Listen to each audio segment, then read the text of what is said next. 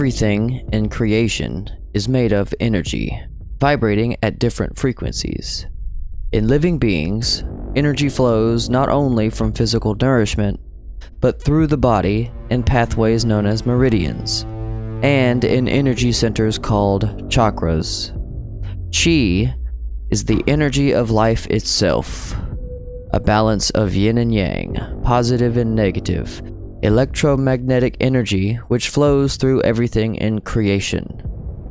So Qi can possibly be described as an electromagnetic phenomenon, as a form of light energy, as a form of bioelectromagnetic energy or electricity.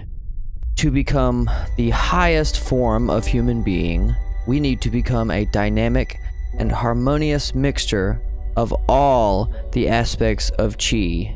Qi is in a state of continuous flux, transforming endlessly from one aspect of Qi into another. It is neither created nor it is ever destroyed. It simply changes into its manifestation.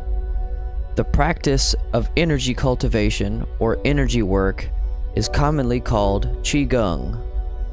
In order to become physically strengthened, emotionally connected, mentally focused, spiritually aligned, and energetically vitalized, there is work to be done, with the ultimate goal to enable us to grow and manifest a vital physical body, a pure loving heart, and a truly open creative mind.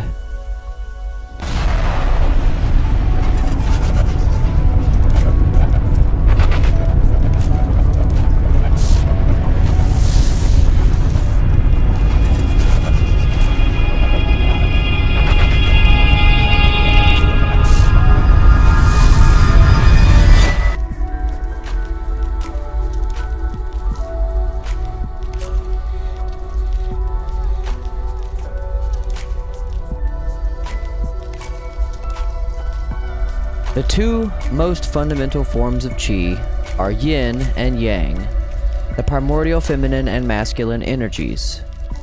In our bodies, there are Qi that we inherit and are born with. This is our original Qi, our essence or Jing Qi. It is the fundamental Qi of the human body, the root source of metabolism.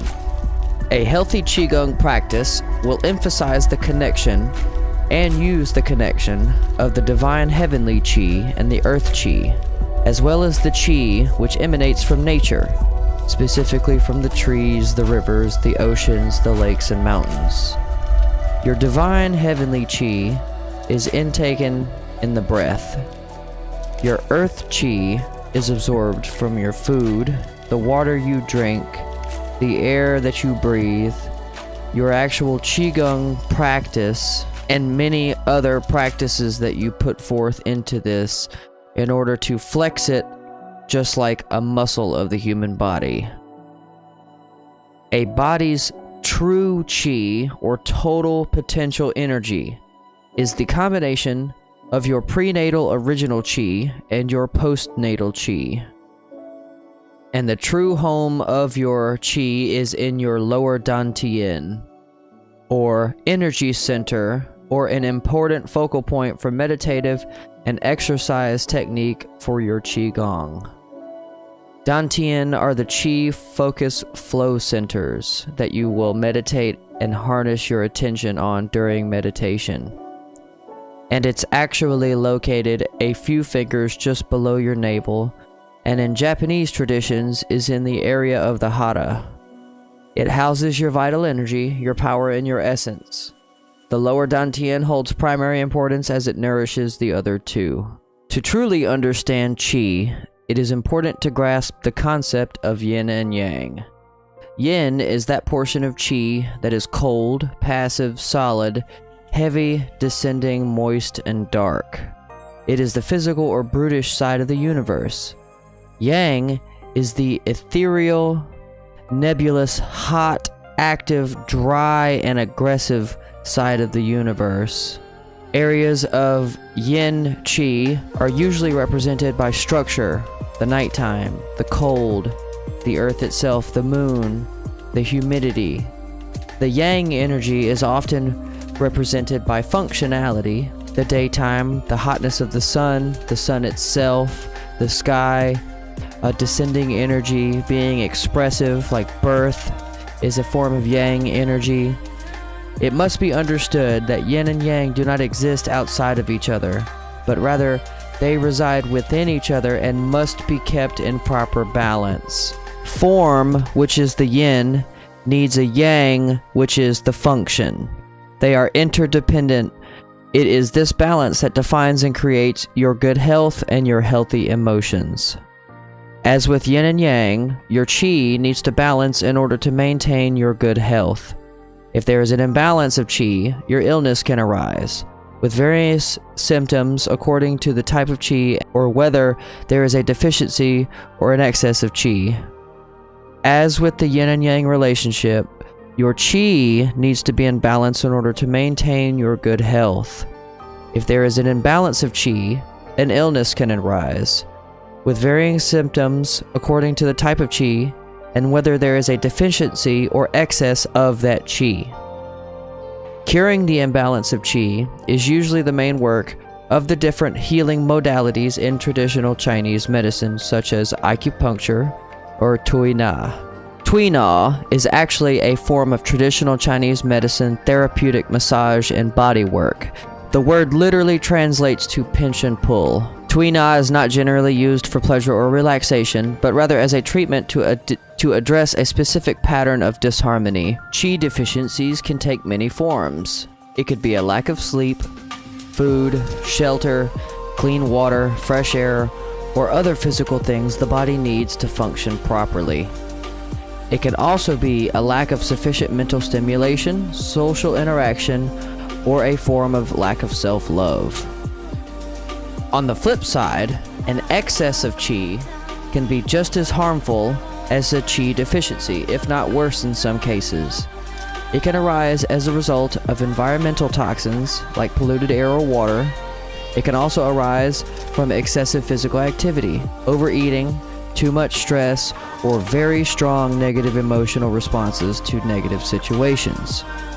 Through understanding the different aspects of yin and yang, you can actually determine, based on how you are currently feeling, whether you are in an excess or a detriment of a certain amount of qi or stimulation in this case. Whether that be mental stimulation, you need to get some food, you need to take a nap. You can actually learn to read your body like a microchip through this process, and that is why this is so helpful. Not only that, but you actually learn a form of defensive qi, not only protecting your body, but also protecting your mind as well. It should be no mistake just how important it is by now that learning and understanding your own body, mind, and spirit connection will lead you to a much more positive and open to receiving future than you ever thought possible. In the following episodes of this, we will definitely go into a further in-depth study of unlocking those meridians we talked about, or the energetic pathways. We will also be taking a more in-depth study of the individual chakra points, chakra being spinning disc or vortex of energy that your body has, the 7 internal with the multiplicative external chakra points. And I really appreciate all of the response that I've been getting to these as well. If you have any suggestions, please put them down into the comments below for future episodes. Any particular clips or ideas you want seen put into one of these, let me know and I will make it happen. So I will leave you all with one final thought on this, and that is, we all have this inner potential in us that is so strong that once it is harnessed and you tap into it, it is like an ocean of consciousness. There is no stopping it, which honestly I wouldn't want to stop it if I were you. Just intuitive recognition. It's like you know things. It's so hard to describe because experience can only be experienced. So the reason I put these clips in here is because it shows us that we have had this knowledge all around us this whole time, and yet most of us took it for granted. And there's one clip from the Dragon Ball Super series that I particularly love that describes this exact moment, but maybe not as extreme for us as it was for the character here, but I'll let it play because I feel it's important. So work on unlocking that inner potential. You can do it. For now, there are plenty of articles on Google to be able to start your journey into learning about how your body works like a finely tuned microchip. Thank you all. Please like and subscribe to the channel and share the videos to other people as we can keep growing. Thanks. Most likely, Goku has used the Spirit Bomb's energy to replenish his exhausted body. But, as you said, that alone would not be sufficient to explain what we're seeing now. It was the start, a match that lit a much greater power within. My theory is when the Spirit Bomb exploded so close to him, its tempestuous power coursed into Goku and smashed into his own energy, which he was already pushing to its max. This was the collision he needed to shatter the ceiling of his power and reach an even greater potential that has always been locked within him, but he could never fully reach. He broke through his ceiling? Yes, he's now in uncharted territory.